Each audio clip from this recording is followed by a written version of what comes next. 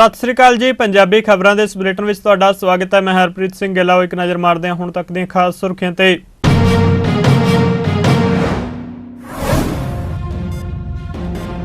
प्रधानमंत्री ने राज्यसभा विच सेवा मुक्त हो रहे मैंबरां दी विदायगी मौके दिता भाषण। कहा जदों भी लोकतंत्र की चर्चा होगी डॉक्टर मनमोहन सिंह के योगदान नूं याद किया जाएगा।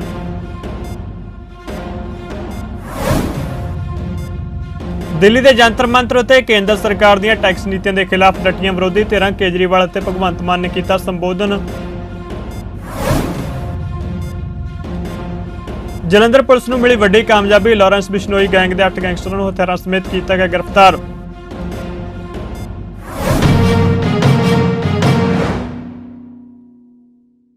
ते हुण खबरां विस्तार नाल। प्रधानमंत्री नरेंद्र मोदी ने राज्यसभा विच सेवा मुक्त हो रहे मैंबरां दी विदायगी भाषण दौरान साबका प्रधानमंत्री डॉक्टर मनमोहन सिंह की खूब तारीफ की है। राज्यसभा तो सेवा मुक्त हो रहे डॉक्टर मनमोहन सिंह की तारीफ करदे प्रधानमंत्री मोदी ने कहा कि वह 6 बार सदन के मैंबर रहे। विचारक मतभेद रहा पर उन्हों का बहुत वड्डा योगदान रहा है। प्रधानमंत्री ने कहा कि जदों भी लोकतंत्र की चर्चा होगी तो उन्हों के योगदान नूं याद किया जाएगा। जिक्रयोग है कि डॉक्टर मनमोहन सिंह समेत राज्यसभा के 68 मैंबर फरवरी तो मई महीने दरमियान सेवा मुक्त हो रहे हैं। दस दे कि डॉक्टर मनमोहन सिंह देश के 14वें प्रधानमंत्री रहे ने। वो 2004 तो 2014 तक देश के प्रधानमंत्री रहे।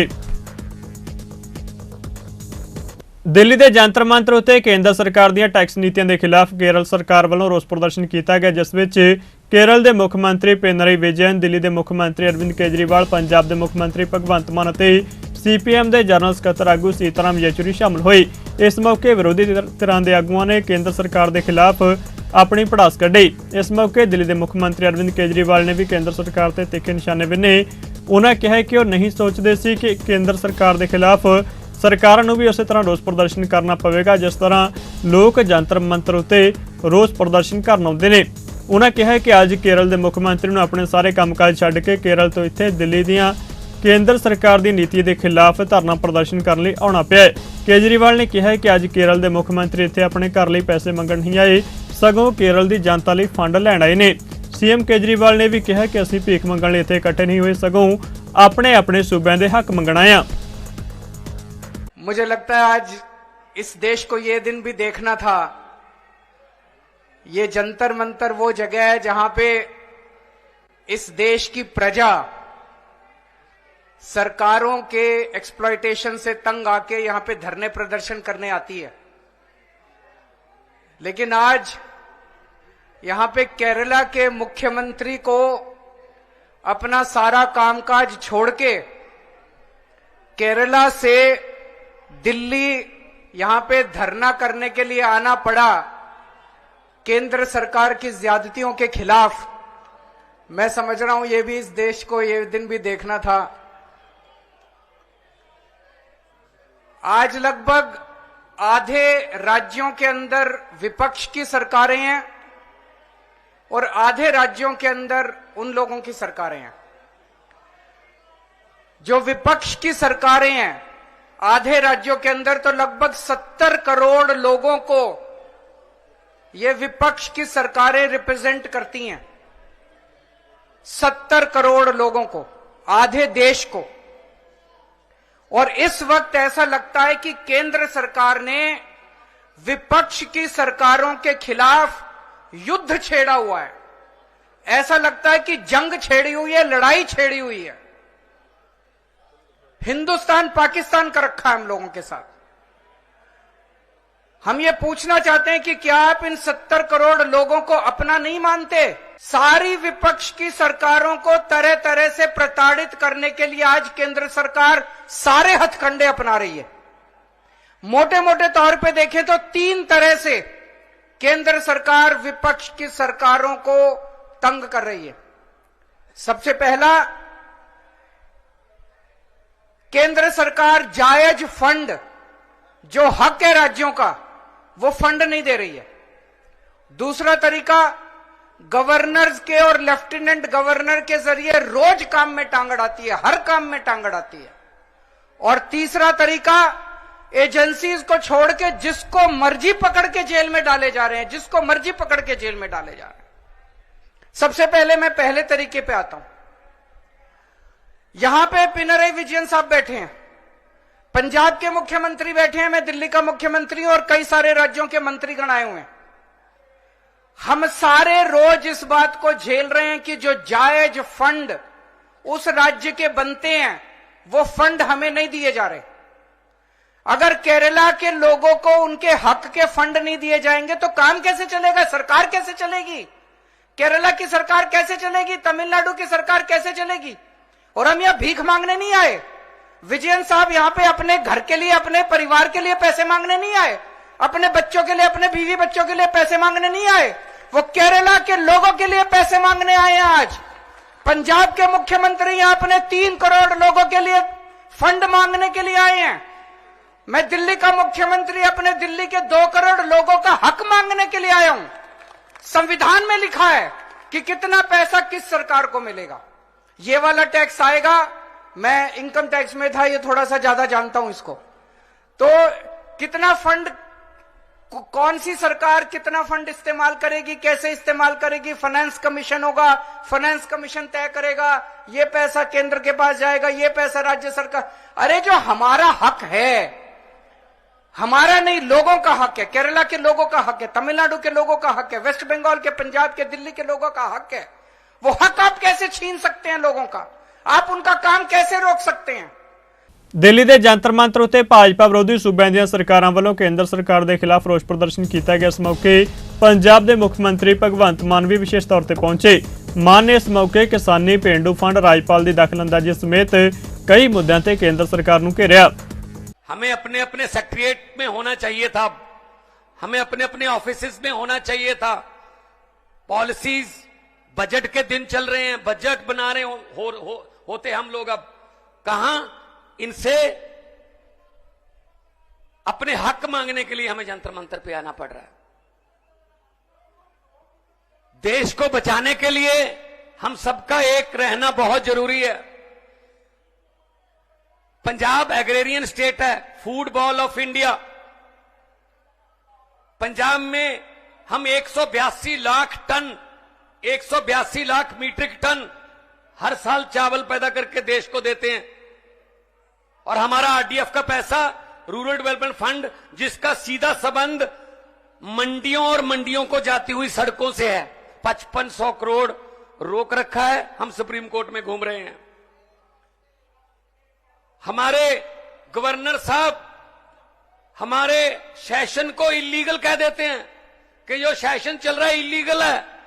हमको सेशन बीच में बंद करके माननीय श्री चंद्रचूड़ जी के पास जाना पड़ता है, फिर पहली पेशी में वहां मान जाते हैं, हां जी लीगल है जो कहोगे। भाई पहले ही मान जाते, हमारा काम क्यों रोक रहे हो आप लोग। मतलब पंजाब में बीजेपी इज नो वेयर। 117 में से 92 हमारे एमएलए हैं, बीजेपी के 2 हैं। चाहे तो स्कूटर पर बैठकर भी विधानसभा आ सकते हैं वो, लेकिन यहां वो अपोजिशन में नहीं है, वहां गवर्नर अपोजिशन होता है। वो हर रोज कोई ना कोई चिट्ठी निकालता है। मैंने कभी नहीं देखा कि गुजरात के गवर्नर ने किसी मुख्यमंत्री को चिट्ठी लिखी हो, उत्तर प्रदेश के गवर्नर ने कोई चिट्ठी लिखी हो, नहीं। तमिलनाडु का गवर्नर लिखता है, केरला का। और जब हमारे पक्ष में फैसला आया माननीय उच्च न्यायालय का कि गवर्नर जो है वो सिलेक्टेड है, इलेक्टेड राज करेंगे डेमोक्रेसी में, आप रोक नहीं सकते, डिक्टेट नहीं कर सकते। आप जो है किसी बिल पर बैठ नहीं सकते, जा तो वापस गवर्नमेंट को भेजो, या राष्ट्रपति को भेजो, या साइन करो। यही चीज लेके केरला की सरकार वहां गई सुप्रीम कोर्ट में। सुप्रीम कोर्ट ने क्या कहा कि हमने परसों, जब इनके वकील को कहा कि परसों हमने पंजाब का एक फैसला दिया था, वो पढ़ के मेरे पास अगले हफ्ते आ जाना। अगले हफ्ते उनका पढ़ लिया, यही फैसला केरला में लागू होगा। हमें सुप्रीम कोर्ट में बात में सुप्रीम कोर्ट में जाना पड़ रहा है। पंजाब के मुख्यमंत्री भगवंत मान ने कहा कि किसान अंदोलन की पूरी दुनिया में चर्चा हुई। मोदी जी ਹੁਣ ਤਾਂ ਉਹਨਾਂ ਦੀ ਗੱਲ ਮੰਨ ਲਓ, ਕਿਸਾਨ ਮੁੜ ਤੋਂ ਦਿੱਲੀ ਆਉਣ ਬਾਰੇ ਸੋਚ ਰਹੇ ਨੇ। ਉਹਨਾਂ ਕਿਹਾ ਕਿ ਕਿਸਾਨ ਅੰਦੋਲਨ 1 ਸਾਲ ਤੋਂ ਵੱਧ ਸਮਾਂ ਚੱਲਦਾ ਰਿਹਾ, 700 ਤੋਂ ਵੱਧ ਕਿਸਾਨ ਭਰਾ ਸ਼ਹੀਦ ਹੋਏ। ਫਿਰ ਅਚਾਨਕ ਸਾਹਿਬ ਪ੍ਰਗਟ ਹੋਏ ਅਤੇ ਕਹਿਣ ਲੱਗੇ ਕਿ ਮੇਰੀ ਤਪੱਸਿਆ ਵਿੱਚ ਕਮੀ ਰਹਿ ਗਈ ਹੈ, ਮੈਂ ਇਹ ਕਾਨੂੰਨ ਵਾਪਸ ਲੈਣਾ। ਹਾਂਜੀ, ਹੁਣ ਤਾਂ 2 ਤੋਂ 2.5 ਸਾਲ ਹੋ ਗਏ ਨੇ, ਹੁਣ ਤਾਂ ਤਪੱਸਿਆ ਪੂਰੀ ਹੋ ਗਈ ਹੋਵੇਗੀ ਤਾਂ ਕਿਸਾਨ ਵੀਰਾਂ ਦੀ ਸੁਣ ਲਈ ਜਾਵੇ। ਦੱਸ ਦਈਏ ਕਿ ਸੰਯੁਕਤ ਕਿਸਾਨ ਮੋਰਚਾ ਗੈਰ ਸਿਆਸੀ ਵੱਲੋਂ 13 ਫਰਵਰੀ ਨੂੰ ਦਿੱਲੀ ਵੱਲ ਕੂਚ ਕਰਨ ਦਾ ਐਲਾਨ ਕੀਤਾ ਗਿਆ। ਕਿਸਾਨਾਂ ਦੇ ਸੱਦੇ ਦੇ ਮੱਦੇਨਜ਼ਰ ਬੁੱਧਵਾਰ ਨੂੰ ਹਰਿਆਣਾ ਦੇ ਸੋਨੀਪਤ ਵਿੱਚ ਧਾਰਾ 144 ਲਾਗੂ कर दी गई। पूरी दुनिया में उसकी चर्चा हुई, बड़ा आंदोलन था, पूरे देश से किसान आए, तो क्या कहा, एक दिन अचानक से प्रकट होके 1 साल बैठे रहे, 750 किसान उनकी मौत हो गई, और एक दिन अचानक से साल बाद प्रकट होके साहब बोल रहे हैं मेरी तपस्या में कोई कमी रह गई होगी, मैं ये कानून वापस लेता हूं। जी 2-2.5 साल हो गए, अब तो तपस्या पूरी हो गई, अब तो वो बातें मान लो जो कहने आए थे, वो फिर दोबारा आने के बारे में सोच रहे हैं किसान। ਜਲੰਧਰ ਪੁਲਿਸ ਨੂੰ ਉਸ ਵੇਲੇ ਵੱਡੀ ਸਫਲਤਾ ਮਿਲੀ ਜਦੋਂ ਕਮਿਸ਼ਨਰੇਟ ਪੁਲਿਸ ਨੇ ਲਾਰੈਂਸ ਬਿਸ਼ਨੋਈ ਗੈਂਗ ਦੇ 8 ਗੈਂਗਸਟਰਾਂ ਨੂੰ ਹਥਿਆਰਾਂ ਸਮੇਤ ਕਾਬੂ ਕੀਤਾ। ਪੁਲਿਸ ਦੇ ਜੁਆਇੰਟ ਕਮਿਸ਼ਨਰ ਸੰਦੀਪ ਸ਼ਰਮਾ ਨੇ ਇਸ ਗੱਲ ਦੀ ਜਾਣਕਾਰੀ ਸਾਂਝੀ ਕੀਤੀ ਹੈ। ਉਹਨਾਂ ਕਿਹਾ ਕਿ ਗੈਂਗਸਟਰ ਪੰਜਾਬ ਵਿੱਚ ਵੱਡੀ ਵਾਰਦਾਤ ਕਰਨ ਦੀ ਫਿਰਾਕ ਵਿੱਚ ਸਨ। ਗ੍ਰਿਫਤਾਰ ਕੀਤੇ ਗਏ ਗੈਂਗਸਟਰਾਂ ਕੋਲੋਂ 3 ਪਿਸਤੌਲਾਂ, 10 ਕਾਰਤੂਸ, 4 ਮੈਗਜ਼ੀਨ ਅਤੇ ਵਾਹਨ ਬਰਾਮਦ ਕੀਤੇ ਗਏ। ਉਹਨਾਂ ਕਿਹਾ ਕਿ ਗੈਂਗਸਟਰ ਧਮਕੀਆਂ, ਫਰੌਤੀ, ਜਬਰੀ ਵਸੂਲੀ ਅਤੇ ਹੋਰ ਅਪਰਾਧਿਕ ਗਤੀਵਿਧੀਆਂ ਵਿੱਚ ਸ਼ਾਮਲ ਸਨ। ਪੁਲਿਸ ਵੱਲੋਂ ਗ੍ਰਿਫਤਾਰ ਕੀਤੇ ਗਏ ਗੈਂਗਸਟਰਾਂ ਤੋਂ ਡੂੰਘਾਈ ਨਾਲ ਪੁੱਛਗਿੱਛ ਕੀਤੀ ਜਾਵੇਗੀ ਅਤੇ ਹੋਰ ਵੱਡੇ ਖੁਲਾਸੇ ਹੋਣ ਦੀ ਉਮੀਦ ਜਤਾਈ ਜਾ ਰਹੀ ਹੈ। ਇਹ ਜੀ ਕਰਮਾ ਫੈਸ਼ਨ ਸ਼ੋਰੂਮ ਹੈ ਸਾਡੇ ਜਲੰਧਰ ਸ਼ਹਿਰ ਦੇ ਵਿੱਚ। ਉਹਨਾਂ ਨੂੰ ਇੱਕ ਰੈਂਸਮ ਲੈਟਰ ਮਿਲੀ ਸੀਗੀ, ਨਾਲ ਥ੍ਰੈਟ ਮਿਲੀ ਸੀ ਉਹਦੇ ਵਿੱਚ। ਉਸ ਸੰਬੰਧ ਦੇ ਵਿੱਚ ਏਡੀਸੀਪੀ ਇਨਵੈਸਟੀਗੇਸ਼ਨ ਦੀ ਨਿਗਰਾਨੀ ਹੇਠ ਟੀਮ ਬਣੀ ਸੀ, ਜਿਹਦੇ ਵਿੱਚ ਸਾਡੇ ਏਸੀਪੀ ਕ੍ਰਾਈਮ ਔਰ ਏਸੀਪੀ ਸੈਂਟਰਲ ਔਰ ਇੰਸਪੈਕਟਰ ਸਪੈਸ਼ਲ ਸੈੱਲ ਸੀਗੇ।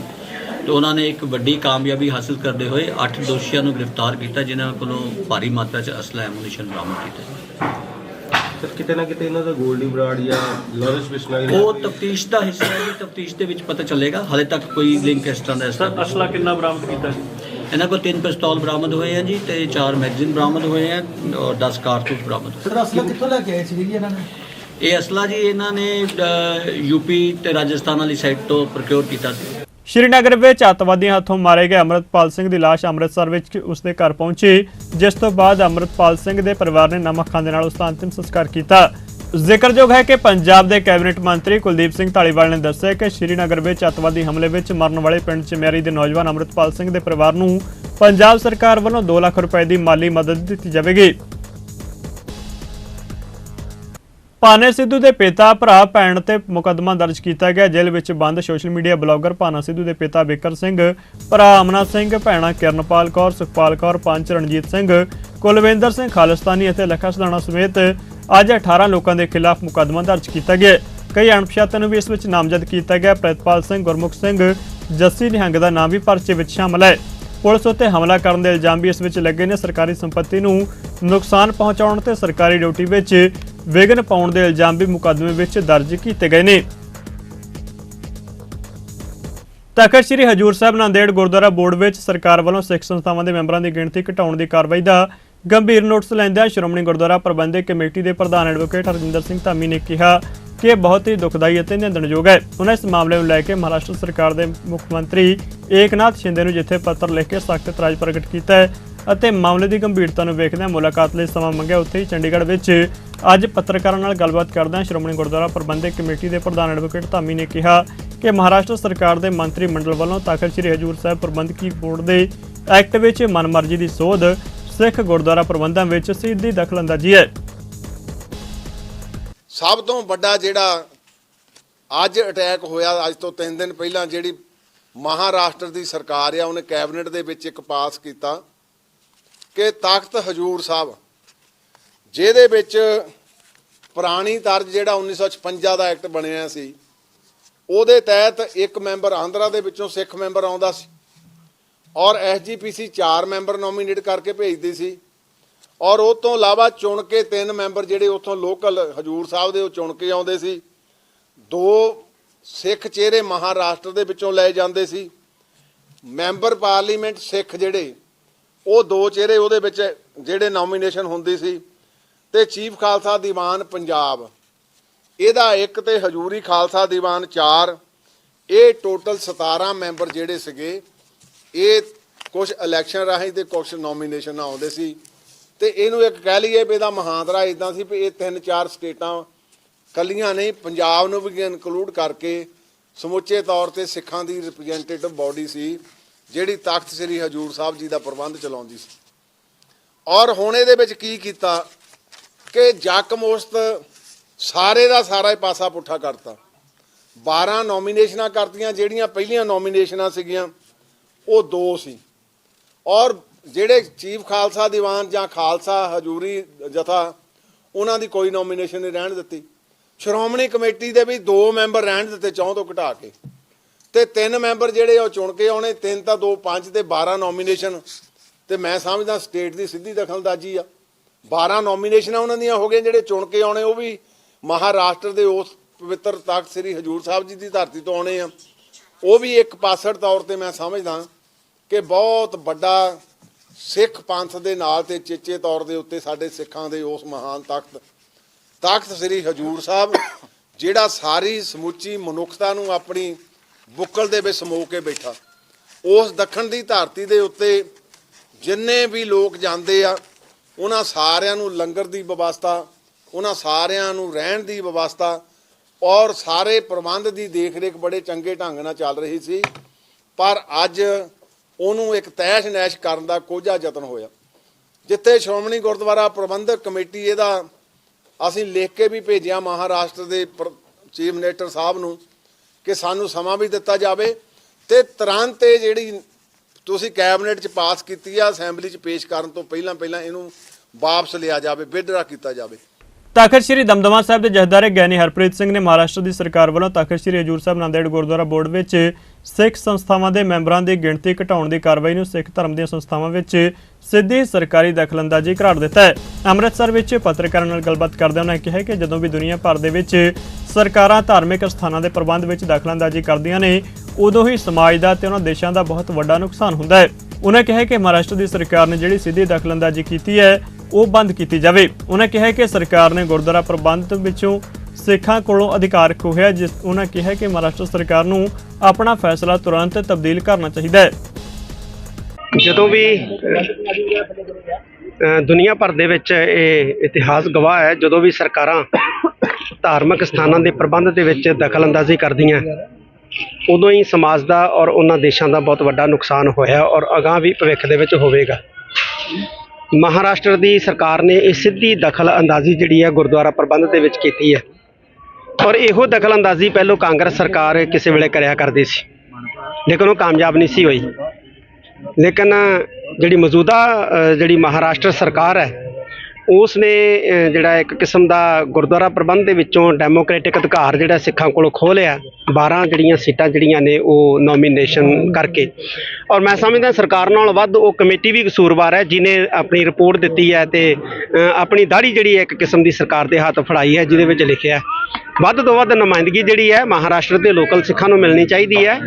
ਦੱਖਣੀ ਸਿੱਖ ਬੜੀ ਵਧੀਆ ਸੇਵਾਵਾਂ ਉੱਥੇ ਤਖਤ ਸੱਚਖੰਡ ਸ੍ਰੀ ਹਜੂਰ ਸਾਹਿਬ ਦੇ ਪ੍ਰਬੰਧ ਦੇ ਵਿੱਚ ਨਿਭਾਉਂਦੇ ਹੈ, ਉਹਨਾਂ ਨੂੰ ਵੀ ਨੁਮਾਇੰਦਗੀ ਮਿਲ ਜਾਣੀ ਚਾਹੀਦੀ ਹੈ। ਚੀਫ ਖਾਲਸਾ ਦੀਵਾਨ ਦੀ ਨੁਮਾਇੰਦਗੀ ਸੀ, ਉਹ ਵੀ ਕੱਟੀ ਗਈ, ਉਹ ਵੀ ਬਹੁਤ ਮਾੜੀ ਗੱਲ ਹੈ। ਸ਼੍ਰੋਮਣੀ ਗੁਰਦੁਆਰਾ ਪ੍ਰਬੰਧਕ ਕਮੇਟੀ ਦੀ ਨੁਮਾਇੰਦਗੀ ਘੱਟ ਕਰ ਦਿੱਤੀ ਗਈ ਹੈ। ਦਿੱਲੀ ਸਿੱਖ ਗੁਰਦੁਆਰਾ ਪ੍ਰਬੰਧਕ ਕਮੇਟੀ ਨੂੰ ਨੁਮਾਇੰਦਗੀ ਮਿਲਣੀ ਚਾਹੀਦੀ ਸੀ।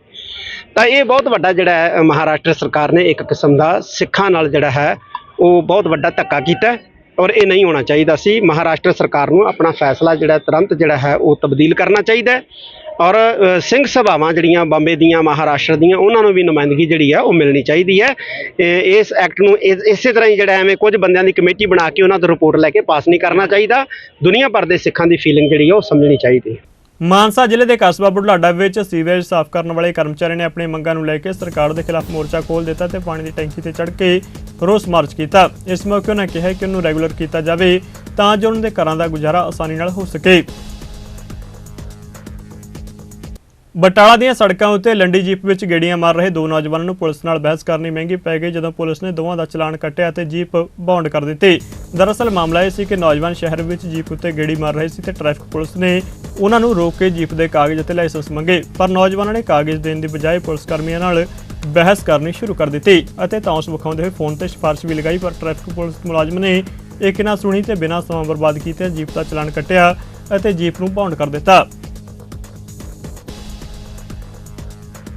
ਜੀ ਨਾਕੇ ਤੇ ਖੜੇ ਹਾਂ, ਇਹ 2 ਨੌਜਵਾਨ ਆਏ ਆ, ਇਹਨਾਂ ਨੂੰ ਰੁਕਿਆ ਵੀ ਇਹਨਾਂ ਨੂੰ ਕਿਹਾ ਵੀ ਆਪਣੇ ਕੋਈ ਡਾਕੂਮੈਂਟ ਵਿਖਾਓ। ਇਹਨਾਂ ਨੇ ਦੇਖੋ, ਤੁਸੀਂ ਦੇਖ ਸਕਦੇ ਹੋ ਪਿੱਛੇ ਕੋਈ ਨੰਬਰ ਨਹੀਂ ਲਿਖਿਆ ਇਹਨਾਂ ਦੇ ਤੇ ਨਾ ਕੋਈ ਆਪਣਾ ਡਰਾਈਵਰ ਲਾਇਸੈਂਸ, ਨਾ ਕੋਈ ਆਰਸੀ ਪੇਸ਼ ਕੀਤੀ ਇਹਨਾਂ ਨੇ।